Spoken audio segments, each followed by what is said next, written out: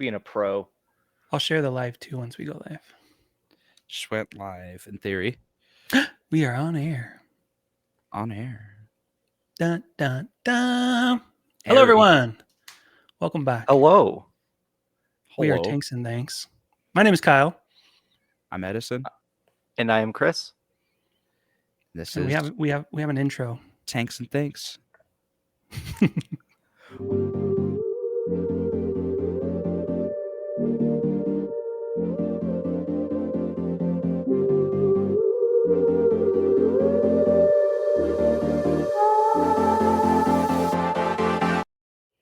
That's why they call me the showstopper. We're back. We are back. Welcome. What is the show about, Chris? This is the official podcast of the Science Channel, The Science of Tanks, where we talk about bridging the gap between hobbyists and scientists. And yeah, that's what we do here. Today we're going to talk about, I'm looking at the agenda, how people band together in the best kinds of ways. Talk about zoo, aquaculture, video games, and what they're adding to the hobby. It's kind of a cool subject. And we did the intro. I thought about it this morning or yesterday, and I was like, that sounds like a really cool way to kind of talk about what's going on, subculture of the hobby. Yeah, because it does branch out, that's for sure. But first, we need to talk about how we're flesh bags. Yes, we are live flesh bags. If you cannot see the video, I promise that we are live flesh bags. This week, yes, showing off your flesh. AI doesn't get fingers well. Yeah. Oh, really? Yeah, no, Jack's hands up. Bad, like really bad. It's good with faces. Good enough with faces at this point. Sorry, continue, Chris. No, you're fine. Hang on, I'm just trying to see. Just make AI count. It can do art. Chris is busy. Yeah, Edison, what were you up to this week? I took like 2 midterms, general chemistry and cell biology, but I think I did pretty okay because I remembered what Rubisco was, so we're good. Hey, C's for degrees, man. They don't put that GPA on that big receipt they put in a frame for you. That's for sure. They do when you try to apply to medical school, so. That's true. Oh, yeah. There's that. And I did what I do every week, work and chase babies. But next week, I'm going to order the parts for that canister and start doing a concept on that. So I'm excited about that. The biggest problem I've had is with the vessel. It's just finding one that's small and cheap enough to keep the price down. But, it's going to be insulated and not going to blow up on something. How big do you want it? I was thinking 4 to 6 inches tall. So it's about 16 ounces, and it'd be good for like 2 to 10 gallons. I don't go too crazy with it. There was one, believe it or not, of all places on Walmart that's just like canister kind of thing, and it seals down, and it's insulated and stainless steel and a bunch of other stuff. And I'm like, okay. And then I found some other companies though that do like tea tins, and I'm like, it's not like insulated, but it's like a fraction of the cost, which would mean the fraction of the selling price, which is what I'm trying to do. So I might get a couple and build it out and run them, like do these like concepts for a while and sit with them for a while. Cause I don't want to just create it and release it and then have everyone else have problems. Right. So I gotta play with it. But why, you got any ideas for the vessel that I would be drilling into? Well, you can get like a 3-liter jug of water. We have them at work for like not even $3. They're not insulated, of course, but they're cheap. I want it to look kind of cool. I don't want it to look like, I don't know. I guess it depends on what you're trying to go for. If you're trying to balance like functionality and aesthetic, I guess that makes more sense. But like, I'm kind of on the side of if it works, it works. Don't matter how it looks. Yeah, it'd be functionality, aesthetic, and cost are my 3 drivers. I want it to be under $100 because the competitors, I saw another one too, a big box store is selling, and it's plastic. It's all plastic. And you can see in it. There's like layers. I'm like, how much is this? And that's like 135. And then the true one's 125. I did my cost analysis, and it's like, it could easily be $80, like easily. I don't know why. Maybe because people can and charge more, so they just do. But I want it to be around $80, 80 to $90 max. That's including a heater. So if I cut down the vessel, it'd be cheap. I just had a dumb idea because I'm working on this myself with the hobs that I'm working on. Yeah. My old man suggested I use PVC. I remember you can get like 4-inch PVC, 6-inch PVC for fairly cheap, and you can just glue on the bottom and then paint it. Yeah. And then get a screw on lid. I want it to look cute. That's the hard thing. As like, I'm like an artist, by trade, digital artist by trade. So it's like, I want it to look cute too. So like, I have a hard time. Like, I even found a way to do those transfer labels, transfer stickers. So I could even brand it as ASG on there. And it, like, the stainless steel vessel that I have just looks super clean when they have the pump on top with a little light. Like, it's going to look super clean. And that's kind of what I'm looking for too, is if you're going to drop $100 on a little nano guy, like, I want it to look good too, like, because otherwise, and maybe there is a market for it, you make some like kind of janky looking thing, functions perfectly well, and then you charge $25-$30 for it. You know what I mean? Who knows if it would sell, but yeah, it's gotta look cute when it sits on the shelf or the other thing. Now I want Taco Bell. Okay. Oh, let's actually get to something. Oh, is the show. YouTube not working? No, it's not. No, it is not. Oh, that's a problem. Let me get that fixed. Anyway, while Edison is doing that, what did you want to move on to, Kyle? SeaQuest is about to go under. Yeah, so I read about this and I thought it was interesting. So we're going to talk about it. Have either of you heard about this yet? I heard about it, but I didn't. It was like a title of something, and off I went. I was like, oh, but I didn't hear that they were going under for, I guess, kind of animal abuse or mistreatment. So that's part of the reason why. But okay, so about 2 weeks ago, they shut down a SeaQuest location in Colorado, and I think it's in Boulder, no, Little Rock. I don't know. It was in Colorado. But not in Denver. They were shut down for a number of reasons, but one of the biggest ones by far was one of the workers there took I think it was a sloth from the actual like facility and took it home and kept it at home until they received the permit for the sloth. So basically they bought a sloth, couldn't have it, and then had an employee take Joan. it. Yeah. Joan will take it home with the cats. Yeah, exactly. And then all of a sudden now we do have the permit for this sloth. So, now we have a sloth, right? We just got it from randomly this person. So that was the biggest reason they got shut down. This article was written obviously by a newscaster, but the journalists had interviewed multiple different employees of SeaQuest after that 2-week incident, and a lot of them basically finally said, okay, we're going to come clean with everything that's happening.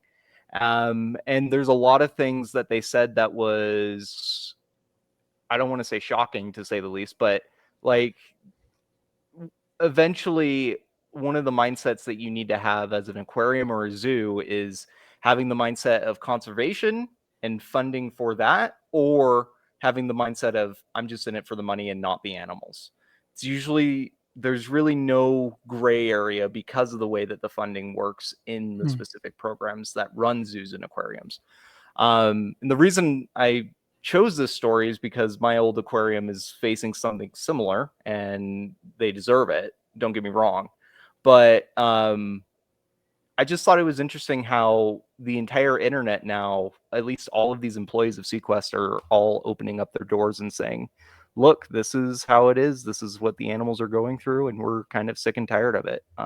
Please help. Especially those in the field. It's similar to like teachers or those in medicine. They're there because they want to be there. They're not there because it's like, I just happened to get this random aquarium job where, I jump in tanks and snorkel around and clean them, like it'll be fine until I'm done with my degree. Like, so yeah, I could see how a lot of them would want to talk to some degree to kind of help the situation. Joan and her sloth. Dang, that's crazy. SeaQuest. I've never been to one. Is it just like a kind of a poor aquarium kind of thing? It's aquarium kind experience? It's like a sideshow aquarium ish. It's basically a lot more touchy feely with all of the fish than versus just, SeaQuest. Yeah. I don't know. It would be fun to take kids here, but not if they're mistreating animals. That's for sure. Is there one in California? There's everything in California. Well, okay. Is there one near you? It's probably corporate. Let me see. Find your location. Edison, just to update, I don't think it's working.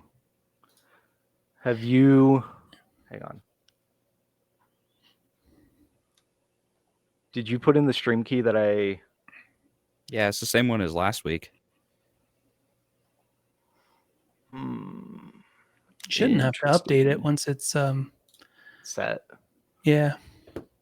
Right. So unless it's just like really doinking up.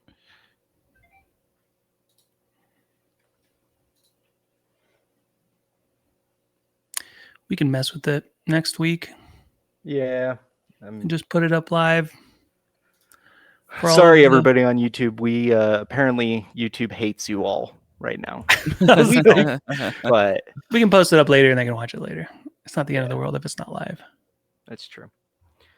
So just an overall common ground of mistreatment of animals on the side of profiteering off of animals. Yeah, and one of the things that one of the employees said that I thought was interesting, and I guess this will be my kind of last point on this, but the employees aren't paid very well at any SeaQuest. They said that they were underpaid for almost every single person that had a degree.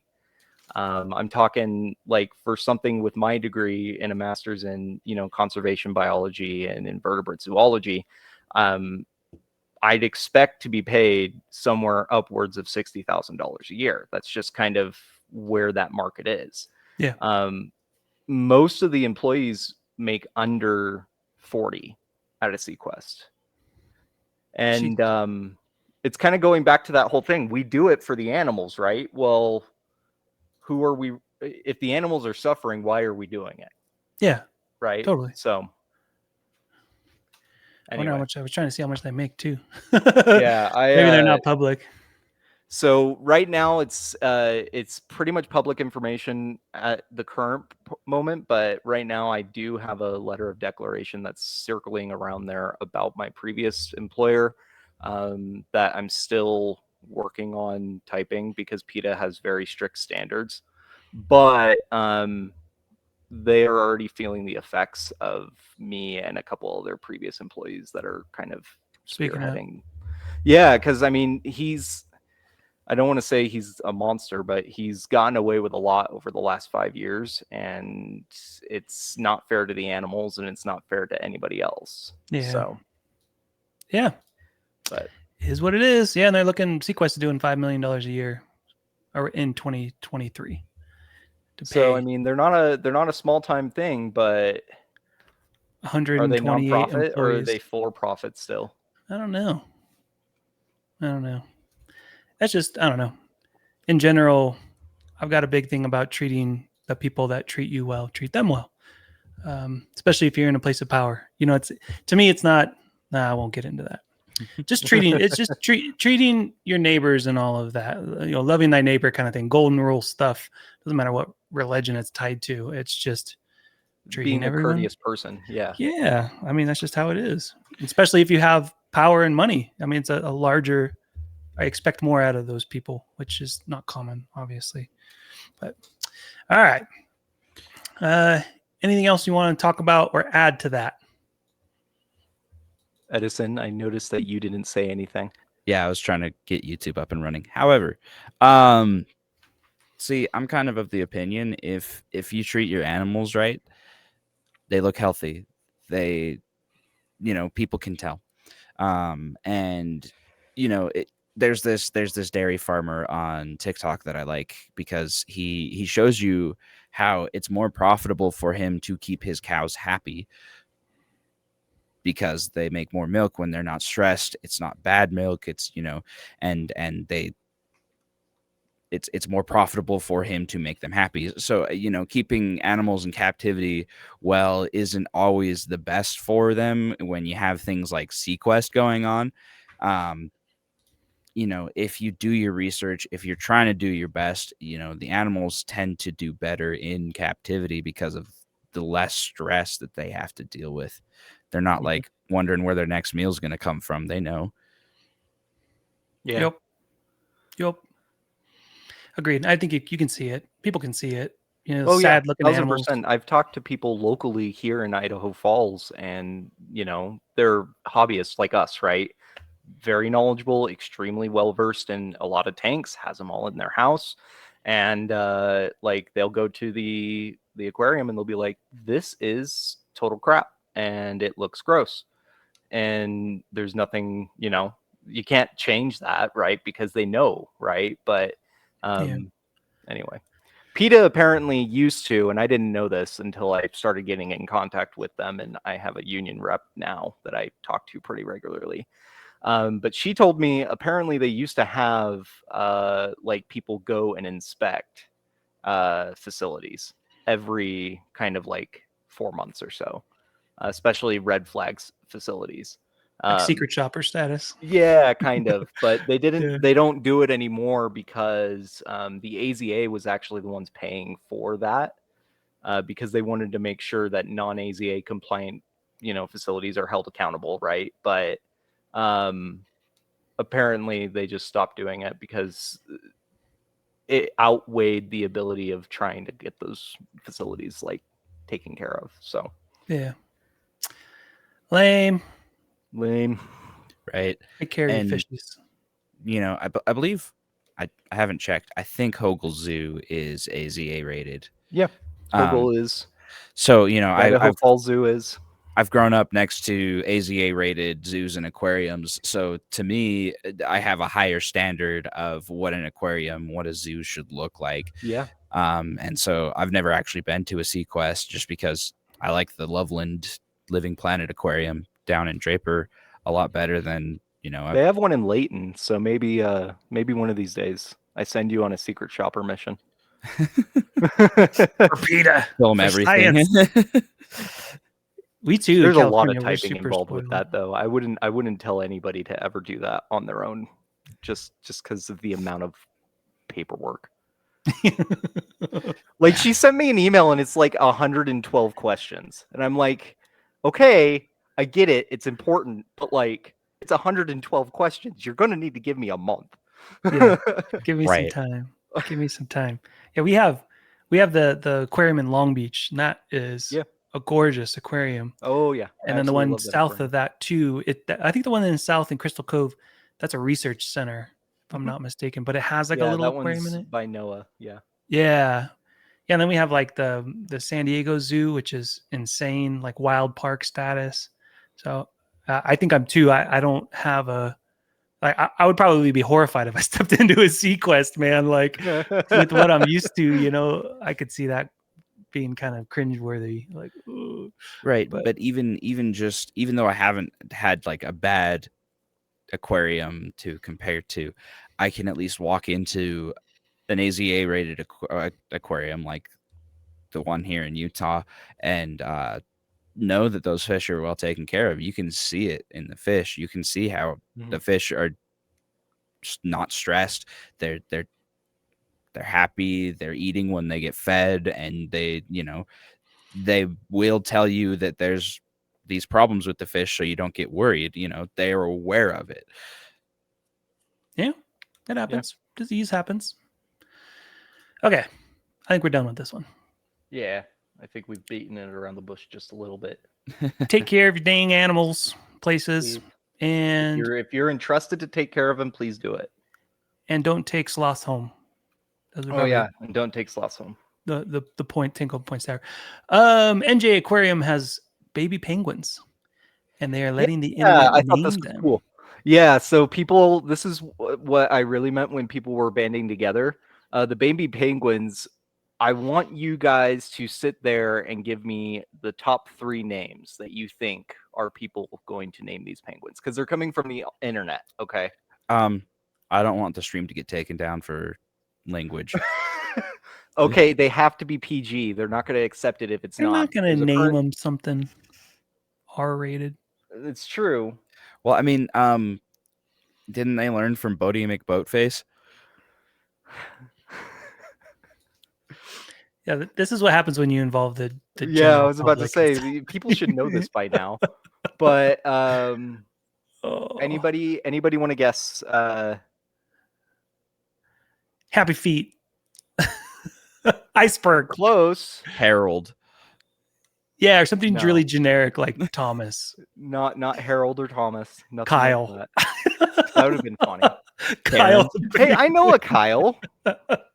It's the most, John Smith. My full name is Kyle Jones, and people think I'm an alias sometimes. I'm like, not an alias. It's just the whitest name ever. It is. Have to pull out the ID and this is actually me. Kyle Jones. So I need to make sure I get this right, but one of the names that is currently leading is Itsy Bitsy Teeny Weeny Yellow Ice Skating Machine. That's hilarious. It's just they just abbreviate it to like BBCDDDANC. Yeah, I know, right? Yeah. And then the other one is David Birdie. I'm guessing it's supposed to be David Bowie, right? But David Birdie. But like, I mean, I don't understand that one. But the other one was really funny. 2's been named already. And they're in the lead right now. I don't know if they've been named or not yet. It says 2 already have names. Blank and blank. Yeah. So the 3rd will be named via upcoming social media contest. Yeah. What do you think the names are? What do you think they named them? Sorry. I don't know. I'm scared. It's in the article. What? It's in the article. Uh-oh. What did they name them? One's name is Bananas Foster. That? I mean, okay, cool. I can. And then the other one's Kiwi. Oh, okay. Okay. That's that. I was hoping for something more punny. Yeah, I know, right? Hey, I mean, I named one of my pea puffers Meatball, and then I can't keep track of him. So like, I have 3 that are named Meatball. Yeah, tell them apart. Meatball number 1, meatball number 2. Yeah, you should just walk up to your tank one day and just be like, "My meatball is gone." Dang it! I also have the little. She's like a little tiny pea puffer. She's like a little runt, and I love her so much because she's the most interactive of the pea puffers. Because she'll see me and like start glass surfing because she's like, "I want food." But I call her Spaz because she's a little spaz and she's got ADHD. Yep. Most fish are spazzes. Well, I don't know. Some are mellow. Some are crazy. It's funny. The personalities that come out of them, right? Like, you never know what you're going to get. Sometimes they'll be punking others, and then the other time they'll be just kind of be hanging on a leaf, like chilling. Like, yeah, betas especially. Yeah. Oh, man, I hate betas so much. When it comes to like you can't tell, like you're at a store, you're like, I can't tell what you are. I can't tell who you're going to become. I want to bring you home because you're beautiful and I love you, but I don't know if I can bring you home and put you in the tank I want to put you with. I don't know if I can trust you. Yeah, betas are the reason you have trust issues. Yes. I've always had good luck with betas, actually. Yeah. I think it was like one of the first fish I kept was a beta, and never since. I don't think I've ever gone back to betas. They're pretty, but that's not my jam, I guess. Sure. All right. Anything else about the baby penguins? No. This was supposed to be like kind of a last minute thing, kind of just shoved in there at the end. We still haven't heard if the stingray has given birth yet, but apparently it's gotten so much national news that they've had to hire more people to like cover it.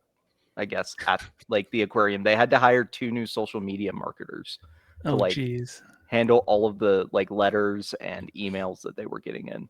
Who's writing letters these days? I don't know. In regards, in cursive, to your stingray. To whom it may concern. To whom it may concern.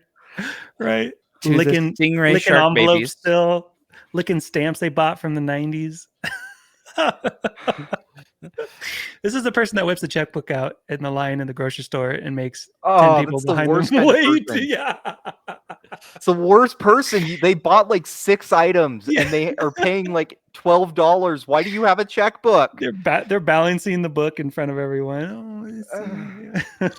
Like if you got to write a check, just go get cash or something, you know?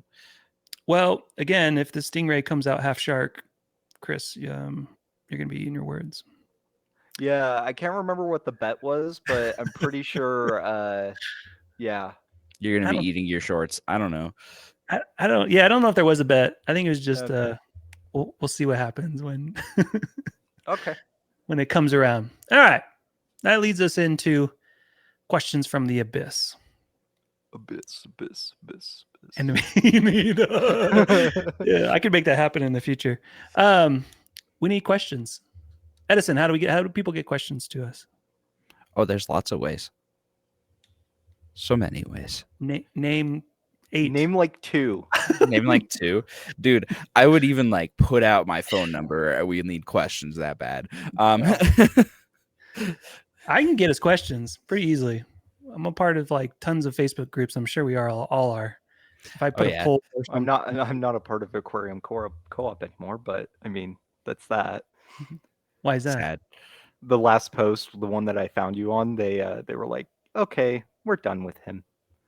They were before. Did I replace them? What happened? Yeah, no. Remember when you replied to me and you were like, maybe if you like, did you approve this with Corey before you posted it? I did not. And about the pufferfish passing. No, about me looking for another podcast producer. Oh, he was the one producing you guys before? No. Then I'm confused. looking for how did you find me? You found me on a Facebook group. Exactly. Yeah. So I posted that in Aquarium Co-op and Corey did not like that. And so he took me out. Oh, I see. I didn't know it was in a Aquarium Co-op group. Yeah. Oh, well, whatever. It's fine. You guys can keep an eye out though. This is true. Yeah. So back to the question. How do we get us questions? All right. There is an email in case you still use email. I mean, everybody's got an email. If you have a mobile phone, you have an email. Anyway, the email is oftanksandscience@gmail.com. Yes. Spelled how you think it is. Done. Email us a question. We'll email us a question. Week. Yep. Yeah. And I'll organically get us a handful of questions for the next week. And if you don't, you can make a fake email if you don't want us reading your email, but we keep them anonymous. You can throw them down in our YouTube channel comments. There's a bunch of ways you can get it to us. Facebook. We have a Facebook page. Yeah. No, we don't. We do? Yeah. See, there you go. Facebook page. Send us a Facebook message. So first one, what do a lot of snails in the aquarium hobby say about the aquarium? What do they do? Dun, dun, dun. Either one of you guys want to take a stab first? I didn't know if somebody was just gonna jump in. All right, Kyle, go. Oh, me? Generally, no. I will. I'm not scared. Generally, when I've seen a lot of snails in a tank, it's 2 things is happening. Either they're looking for tank mates for a neo tank, and it's generally a harder tank. And when there's a ton of them, they're thriving, and it tells me that it's like a nice balanced hard water tank, and they got tank buddies. That's one. That's that's I guess purposeful design. The other time I see a ton of snails in an aquarium, they're trying to mitigate an algae or an unbalanced issue and leaning on livestock to take care of the problem, which can sometimes just make the problem worse. Oh yeah, which we've talked about. So that's it. That's my 2 cents. Yeah, usually what I think of when I see a whole crud ton of snails in a tank, and if my brother is watching, he better hear this.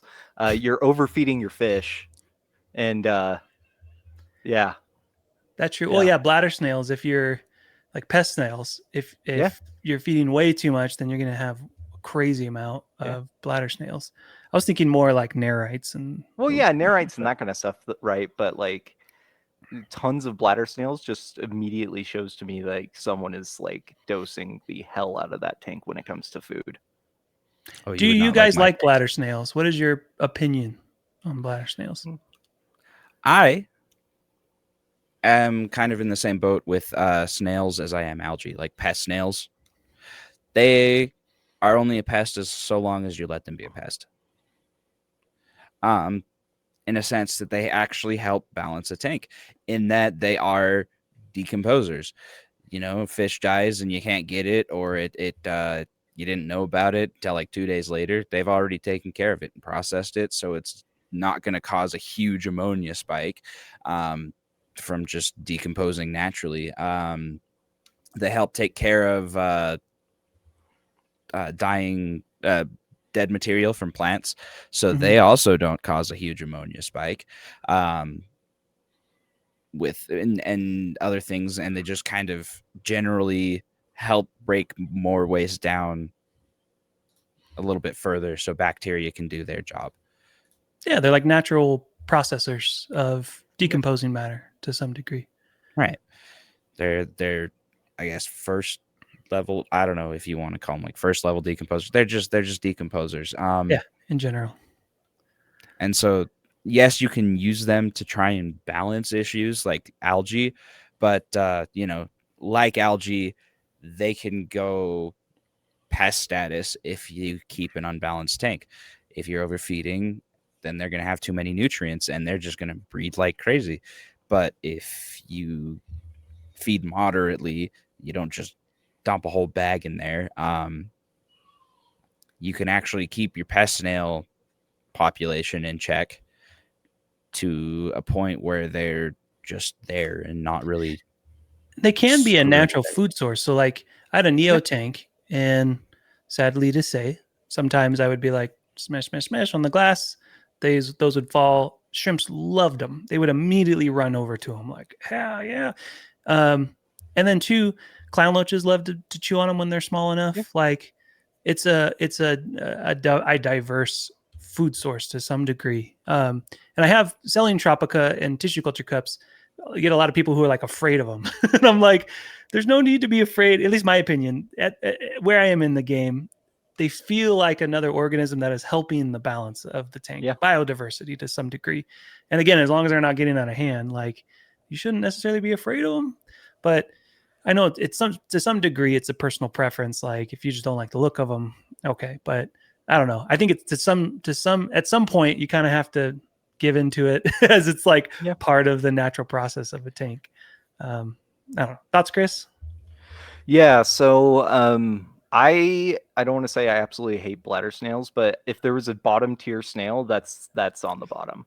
Yeah. I'd much rather have Malaysian trumpets, right? Because they're live bearing snails and they are just so much prettier and they will reproduce the exact same amount. And they're nocturnal, which means they'll actually do stuff while you don't see them. And they burrow themselves down into the sediment during the day. So they create basically they stir up anaerobic like conditions underneath the sediment to make it so you don't have huge nitrogen pockets underneath your sediment in your substrate. But I digress. In this tank, I just have assassin snails. Like I have about 50 to 100 of them in this tank. Wow. And it's not because I want pest snails. It's because assassin snails are the exact same thing as Malaysian trumpets in the sense of they're live bearing, nocturnal, predatory in the sense that they can hunt snails, right? But they are super charismatic too for a snail. Me and Edison were talking, I think, on our first podcast, second podcast. My favorite animal in the aquarium hobby that is not a fish is a mystery snail, because because they have huge personalities. Yeah. Do I have any in here? No, they're all upstairs in my other tank. Yeah. That's cool. I didn't know that assassin snails were also nocturnal like trumpets. Yeah. And I remember a long time ago, I thought they were bladder snails, but they could have been trumpet snails. I would turn the lights on midnight. Yeah. And you'd see like snails everywhere, right? Oh, yeah. And then like by the time I woke up, they'd be gone. And I'd be like, what are these things? But that was, many years ago. Yeah. But the assassin snails, they don't wipe out the pest snail population and then die off due to a lack of food, or what are they munching on after? No and yes. So these ones I got originally because I did have a large pest snail population in my 90-gallon tank. They did eventually wipe off all of the pest snails, so I didn't have any more to deal with. But this entire time they've been alive, they've been just living off of sinking food, sinking pellets. I use shrimp food specifically for obviously my bottom feeders because I have Corridoras obviously in here, and so usually Corridoras do a pretty good job of getting all of the food, but some of it gets stuck and compacted kind of around rocks and stuff, and so my shrimp and snails go kind of ham on it. So that's cool. And then if you were to introduce anything new that would have a pest snail on it, they just would kind of wipe it out. Yeah. And then it keeps there would be going. No, because the biggest effect when it comes to invasive species is time, right? If you catch it early, it has no availability to actually become a population. And so they just wouldn't have the time available. I think it's BRS that says an ounce of prevention is worth a pound of cure. And I like that because a lot of people are reactive instead of proactive. It's like, oh, I haven't done a water change in a year. Everything's fine. And then the tank's just like, wham! Like, should I be doing water changes? It's like, that should have happened a year ago, and every week after that. So, yeah. So snails, I like snails. One thing I would note is they're not good for soft water tanks in general. I mean, pest snails, they'll survive. They're like the cockroach of. They'll survive no matter what. But the issue the issue is that snails use calcium carbonate to build their shells, right? Yep. And if you don't have calcium carbonate, I have a video I have to show you guys, but it shows it's a shrimp that is in a calcium carbonate deficient environment, and it's starting to smoke because it's starting to dissolve its exoskeleton. Is it just like an RODI water or something? No, it's just in super soft acidic water. Like I think it's like 5.2 or 5.1. That's sad. But it makes me sad. Anyway, if you have soft water, just don't have snails. Yeah, don't stay away from snails altogether. Don't intentionally have snails. Oh yeah, I guess don't intentionally do it. But I guess on the opposite side of that, if you do not have hard water and you put snails in there, you're never going to see them grow. You're never going to have reproduction, and you're never going to see like any size difference from what you have.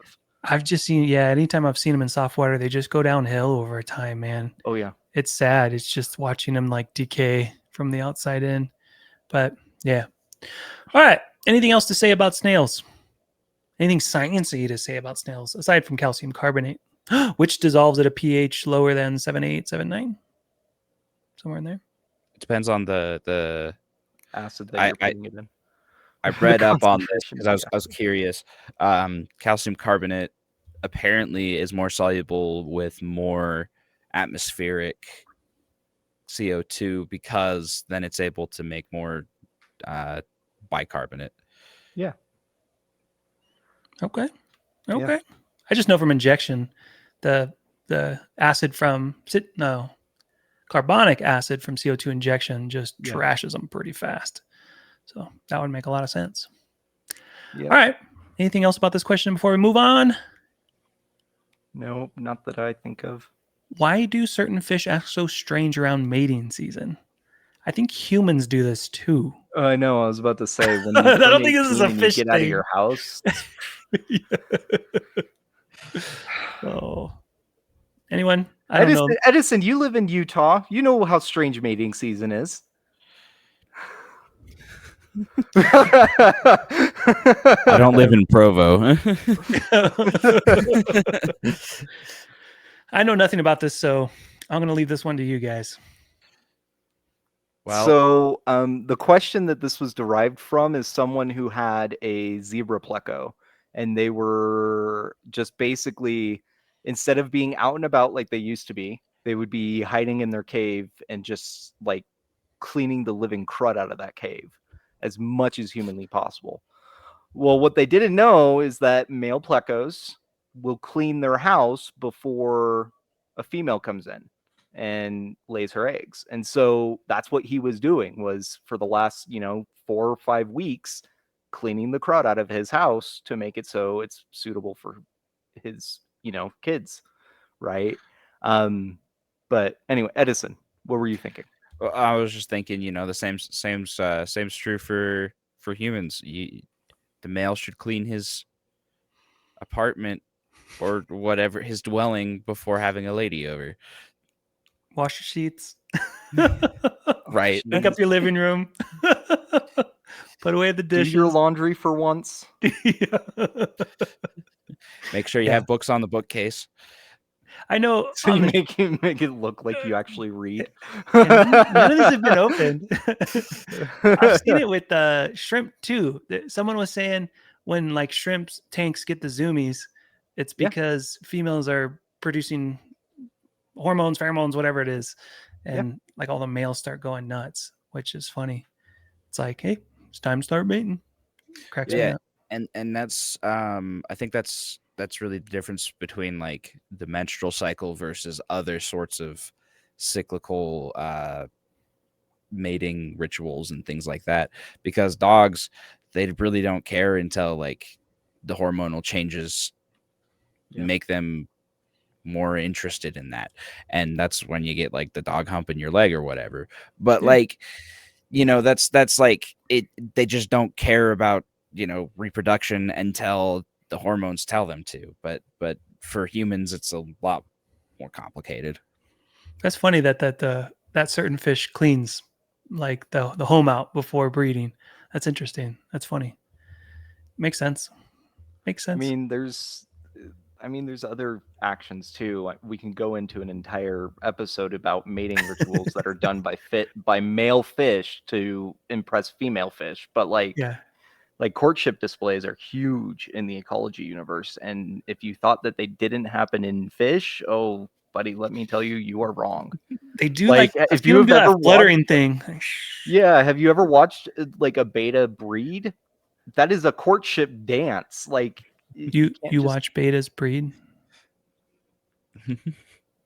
on the internet. Everything's available on the internet. Everything's on the internet. You can watch anything breed on the internet.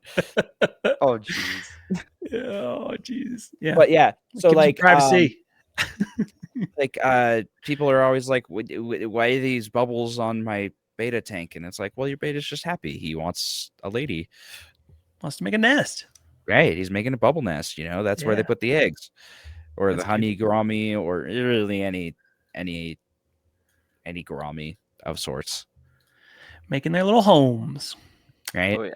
Moving on. What's the best way to propagate your own plant cultures? Plants or plant cultures? Wait, what?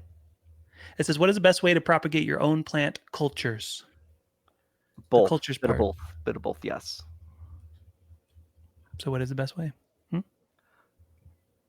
have no idea. You guys know about like basics of trimming plants. I was talking to someone else about this today. Right. So on the plant. So you trim a plant, and if it's a Anubis, you can just replant it, and look, you have a whole new plant. Or you have root runners, which you just dig up the roots, and then you snip off the next runner, and then look, I have a new plant. Basically, yeah. And epiphytes, like Anubis, you want to keep at least 2 inches of rhizome. So you don't want to cut off like too much. It'll stress it out and kill it. Yeah. So if you got like, massive of rhizome, like snap it in half, and then you got 2, and then wait till it get big, snap it in half again, kind of thing. But yeah. Well, and like a lot of stem plants. So like I like hornwort because It's a good example of. I like hornwort. I like hornwort. Hi everybody, I'm Edison, and I like hornwort. I like hornwort. I like hornwort. I'm a turtle. Sorry, continue. Next step, I'll be eating it. Yeah. So you're sitting there with a bowl. I'll do it for a video.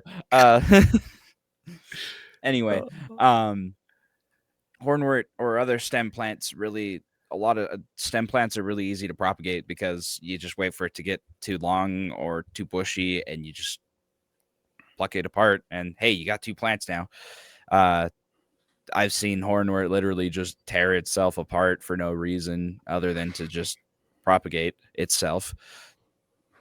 Do you guys know about the branching effect of stems and trimming those? Yes. That's kind of cool. Edison? Yeah. Everything's a modified leaf. That's all I understand. Because you see these like massive Dutch tanks and they're gorgeous, right? And it's like, how do you get that much plant mass like in the corner of the tank without like choking other plants out or its neighboring stem? Because if you have like 30 stems just chilling together, they're going to be fighting for light resource. So if you have a planted stem, not one that you're floating like hornwort, if you trim it, you can replant the top if you want, but if you leave the base, it'll shoot out 2 more stems on that same base stem. And then you do it again, and then you have 4 stems, 2 and then splits again 2. Do it again, 8, 16, 32 from one base shoot stem. And that is all sharing nutrients to some degree. So you're not getting the plants or stems competing against each other. So you could have 30 single stems and they'll be fighting for nutrients, light, circulation, things of that nature. Or you could have like 3 stems that have 10 branches on them and it's going to be like a much healthier plant. So it's interesting. I used to just like trim midway, where it starts looking scraggly, replant, and then trim it again, replant. But it wasn't until later that I learned about the wide branching thing, which is kind of cool for propagation. You get a lot more plants faster. So you're doubling every time you're doubling your plant mass, essentially. I just also realized that we got asked a question in chat, by the way. Oh, let's take care of that. Let's do it. Who asked it? Ice Cream Cookies says, "Ooh, what snails are good? Are there bad types of snails for fish? And how do you get rid of snails in your tank?" Well, first, thank you for asking for the question. Yeah. Welcome. Sorry we missed it. Yeah. Who wants to field that one?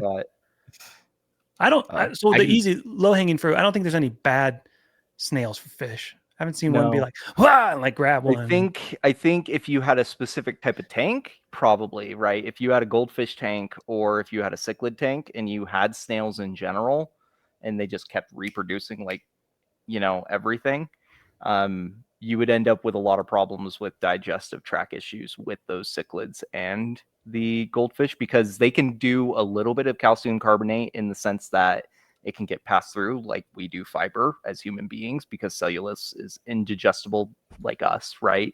We can't digest plants. It just goes through us. In the same way that fish can't digest shells.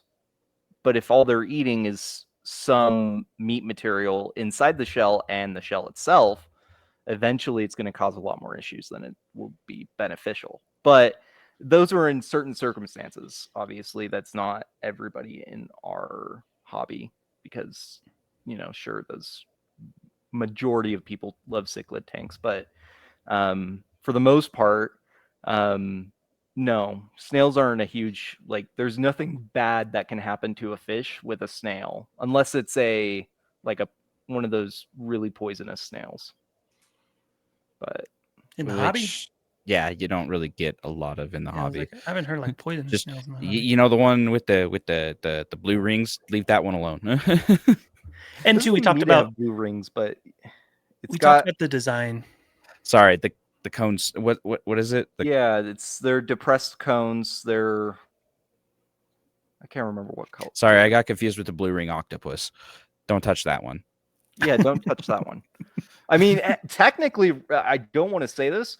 Technically, you're not wrong. An octopus could be a snail. just without a shell. They're naked. They're closely related. No, they are literally related to each other. That's funny. That's cool. Like octopus are like the closest relatives are snails. The more you know.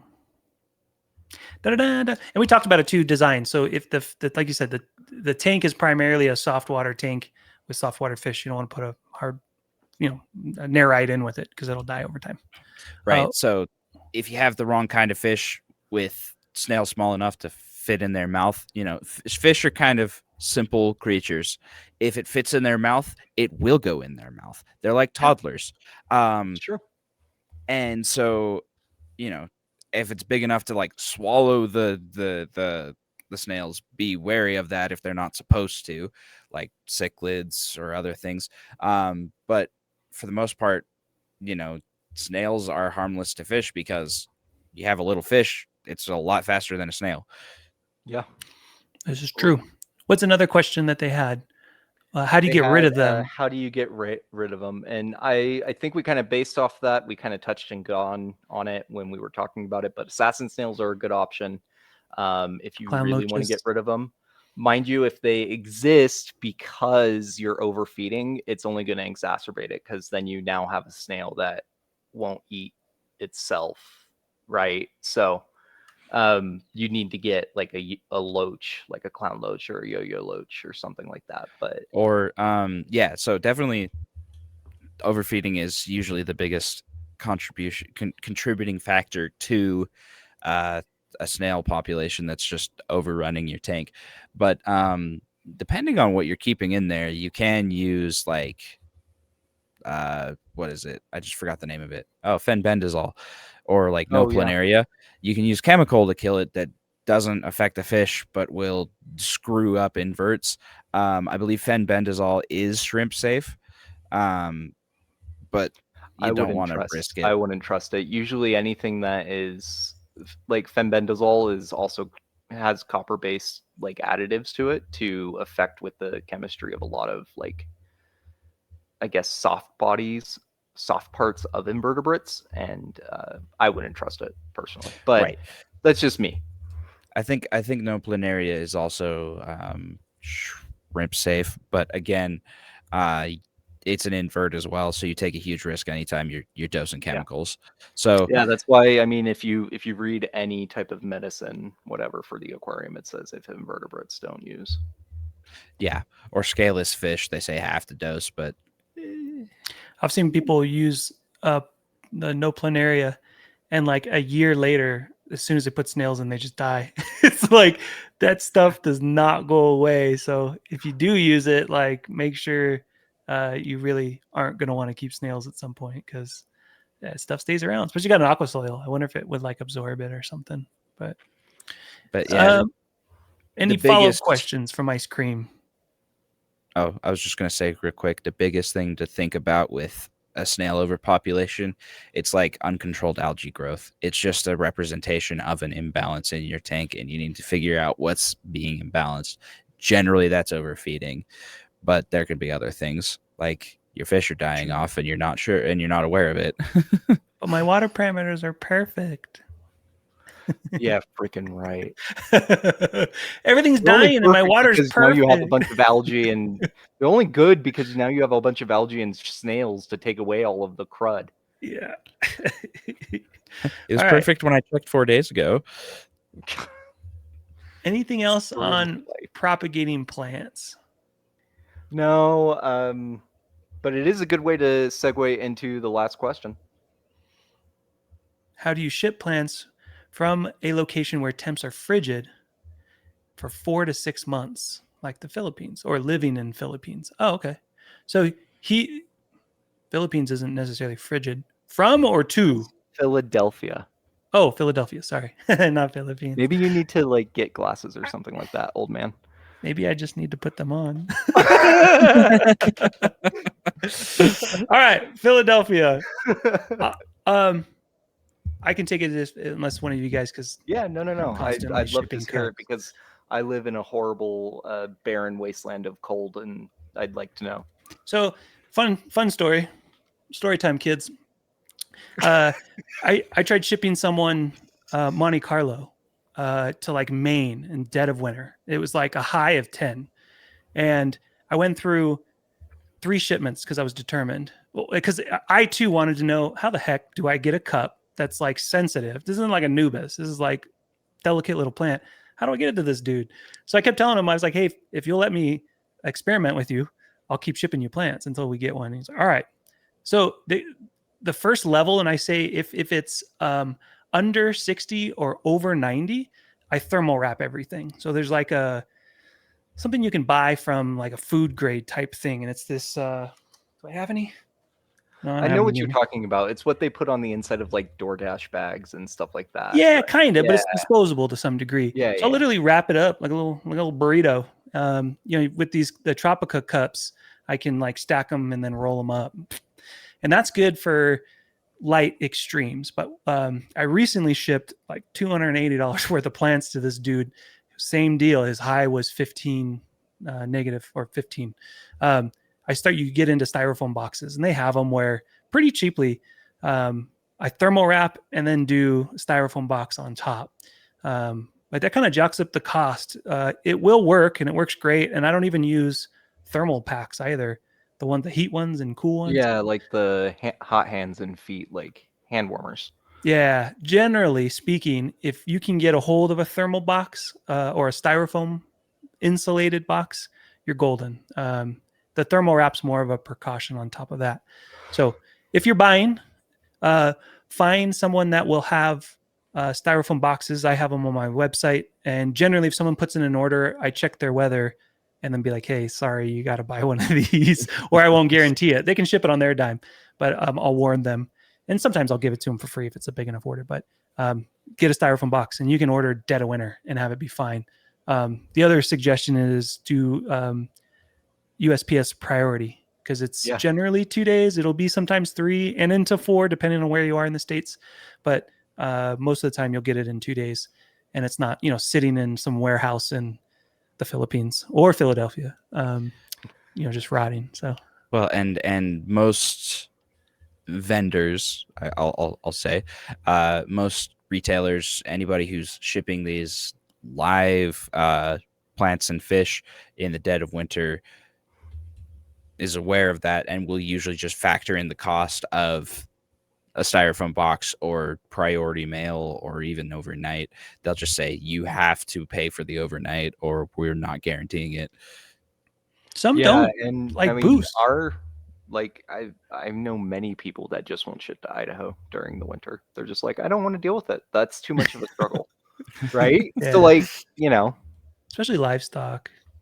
Plants. Oh, yeah. Yeah.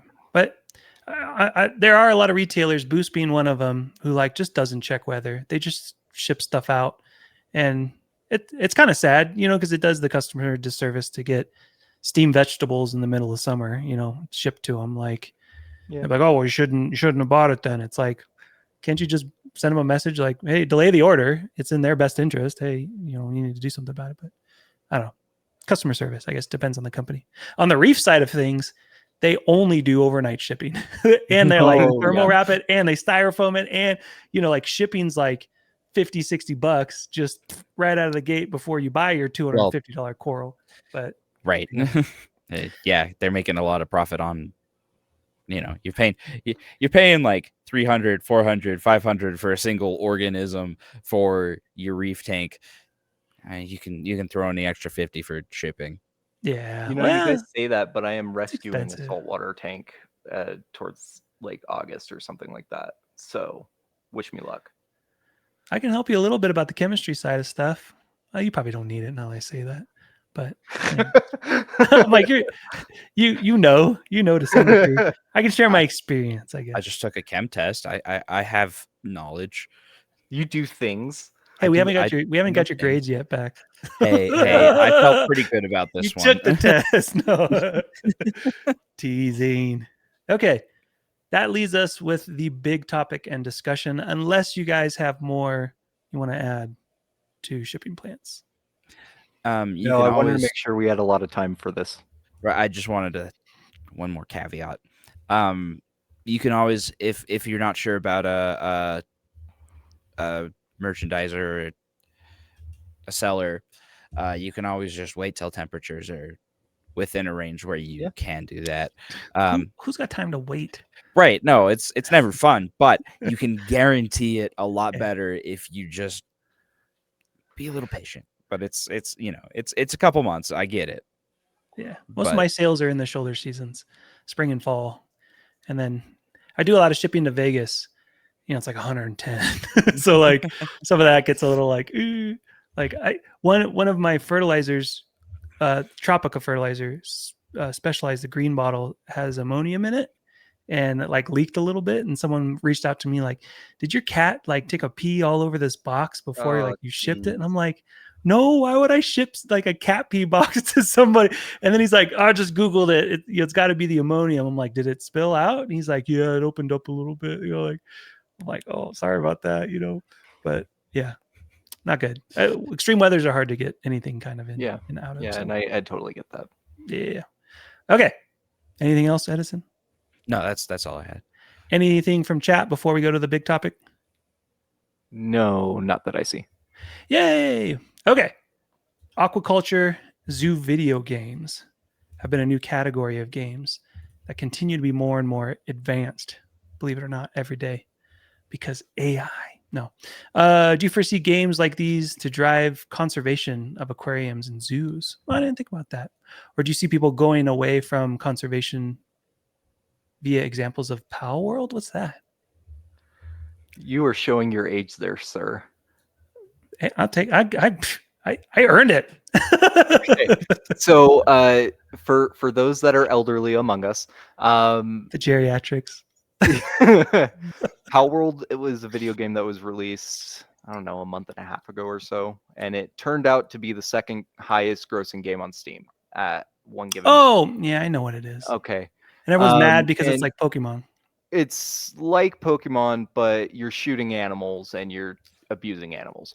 I guess if that's kind of the gist of it. And I don't want to give too much away about it because I am going to be doing a review because someone has asked me to make a review on it. So I've been playing it and getting like screen caps and everything about it. But yeah, I haven't played it, but basically my understanding of it is Pokemon with more slavery. I mean, not a point though. Oh. That sucks. I didn't know. Anyway, like that.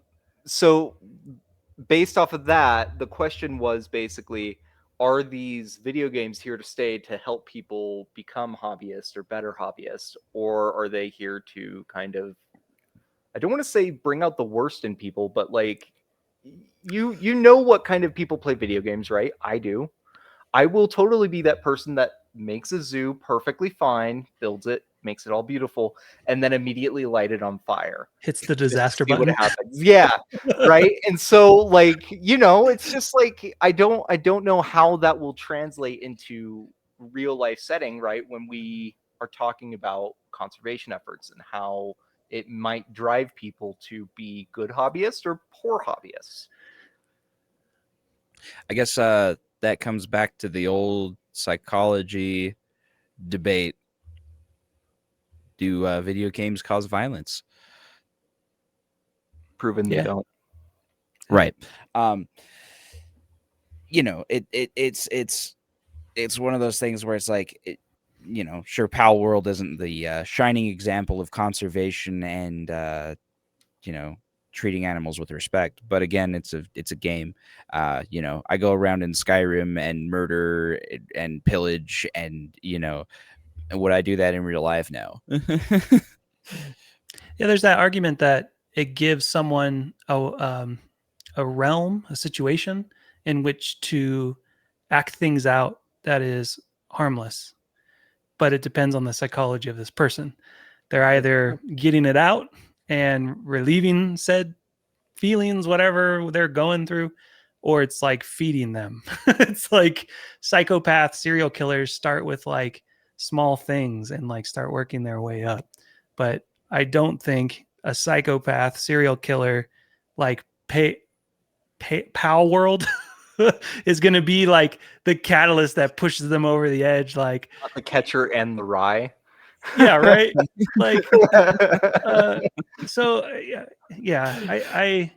I have a problem with people blaming video games, or even just the child's reaction, whether they be a childish adult, say, this made me do it. It's like, did it make you do it? Like it's been said we have to take accountability for our actions and not urges or thoughts.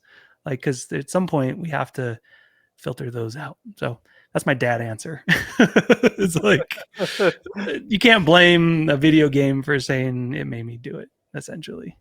But I love some of the video games that we have in the aquarium world and even broader, just in animals in general, like Planet Zoo. I've played a lot of just because it's casual and cool and taking care of animals and design and like just super mellow. I dig it. Yeah. So I recently got a Steam Deck. Fun fact, I got it for free. Somehow. You turn tricks again.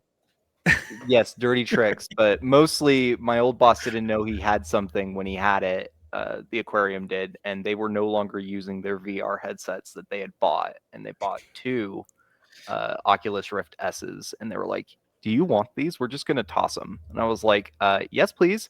And then someone online was like, I will trade my Steam Deck for a Rift. And I said, yes, Done. please. Cool. So anyway, and I've been finding myself playing a lot of like aquarium design games, specifically Aquarium Designer and Mega Aquarium. Oh, Mega Aquarium? Yeah. Well, and I think for video games, as far as like conservation and stuff,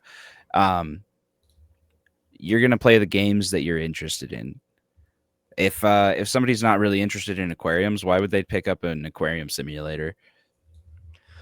I mean, it's true. The mindset I was thinking of when I came up with this topic was like, what if a kid wants to have an aquarium really bad, right? But they physically can't have one for either mental capacity, physical limitations, or they're just not ready for that kind of a commitment, right? Like if my daughters told me I wanted an aquarium upstairs now, I'm okay with that because I would be the one taking care of it, basically, right? Yeah. But if she told me that she wanted it and I had no aquariums and we were planning on moving soon or whatever, right? It's a completely different story. And so I'm more curious about if the video games, the outlets that they are using to get around those kinds of situations, right, whether it be physical or mental, will cause people to become hobbyists or become conservational biologists, right? In a sense, right? I think it would definitely reinforce things. Oh, yeah. Like, I mean, even just us in our generation, well, maybe I'm older than you guys, like Slightly. Digipets and things like in the 90s. Like, like the Tamagotchi or the... Yeah, I love those things, man. And then some of you battle and do other stuff. That was like, I don't know.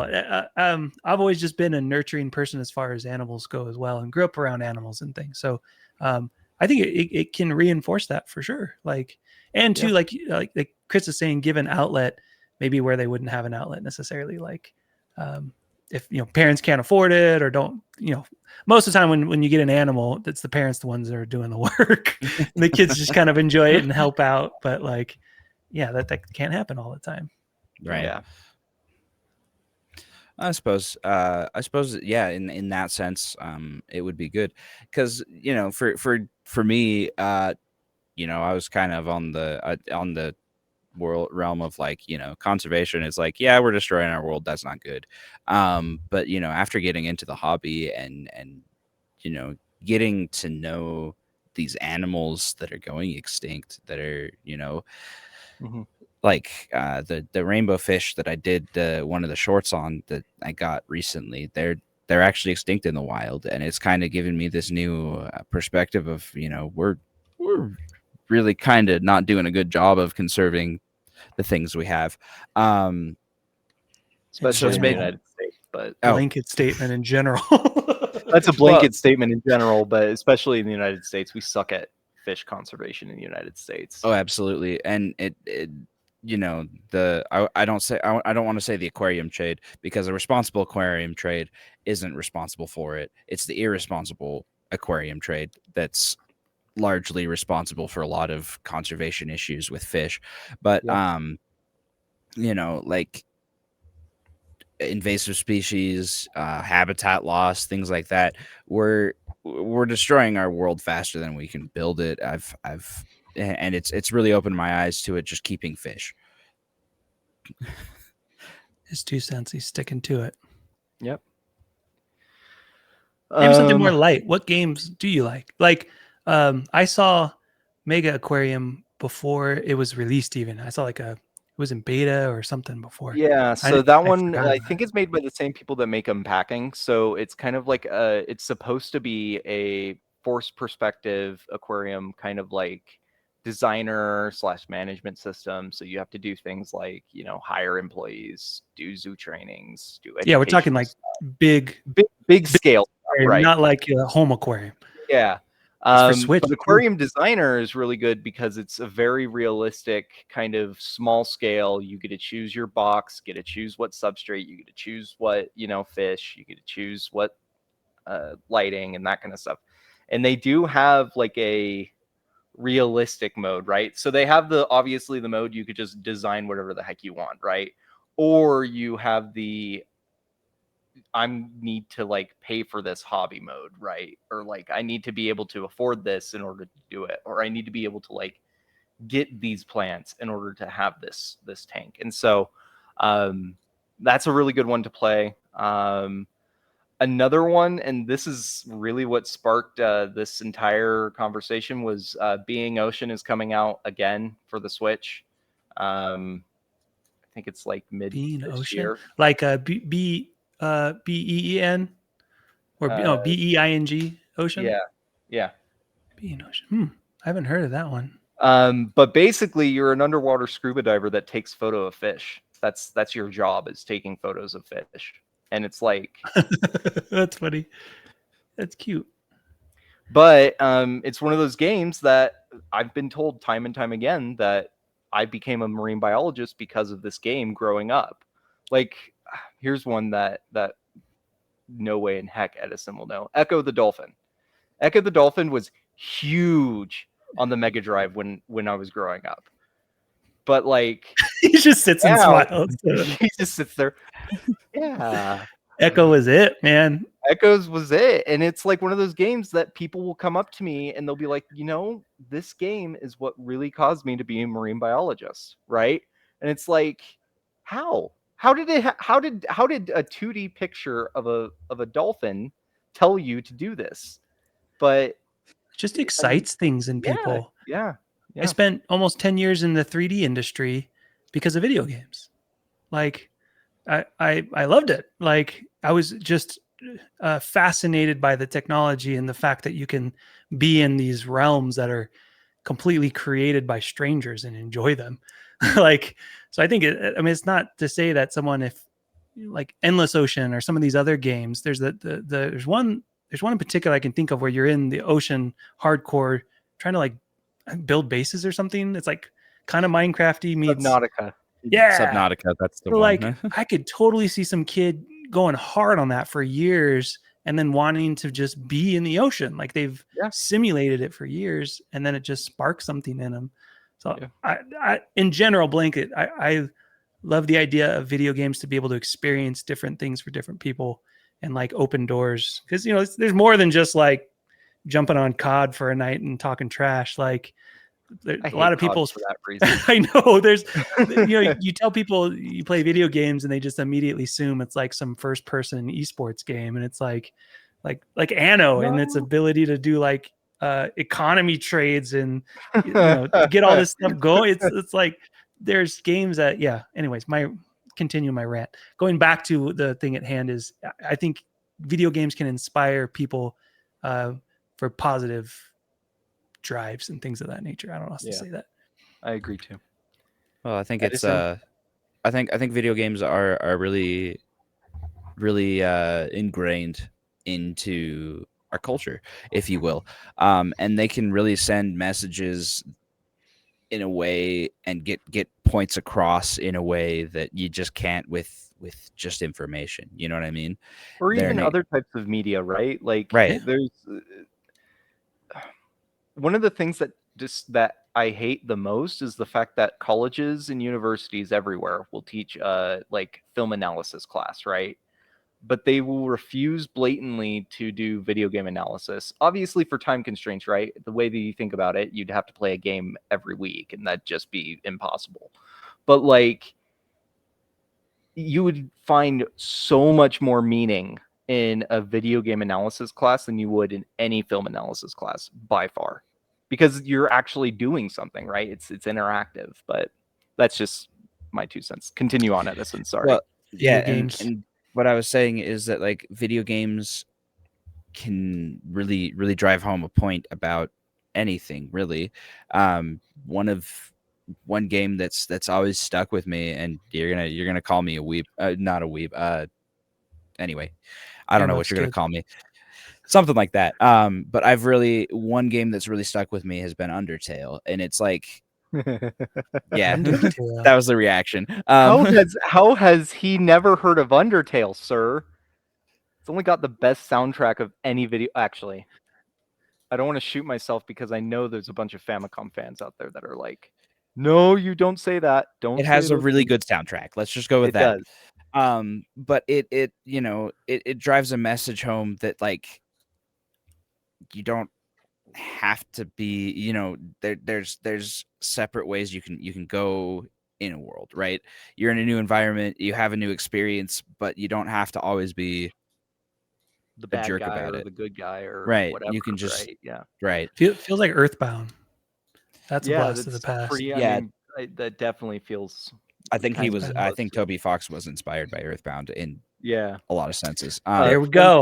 Fun fact, my first copy of Earthbound was a pirated copy, and so I don't know if either of you guys know this about the ending of Earthbound, right? Have you guys heard of it at all? Okay. So go on. pirated copies of Earthbound, first off, it makes it so you run into more enemies that are way over leveled comparably to you all the time. So it makes your life living hell trying to play the game, right? Me being 11, 12, this is my only copy of Earthbound. This is the one that I have, and this is all I got. So I'm going to keep playing it. If you persevere enough and you get to the final boss, it glitches out halfway through the second phase of the boss and then deletes your save. that I had not heard. Experience the ending. It's just like, nope, smash, done.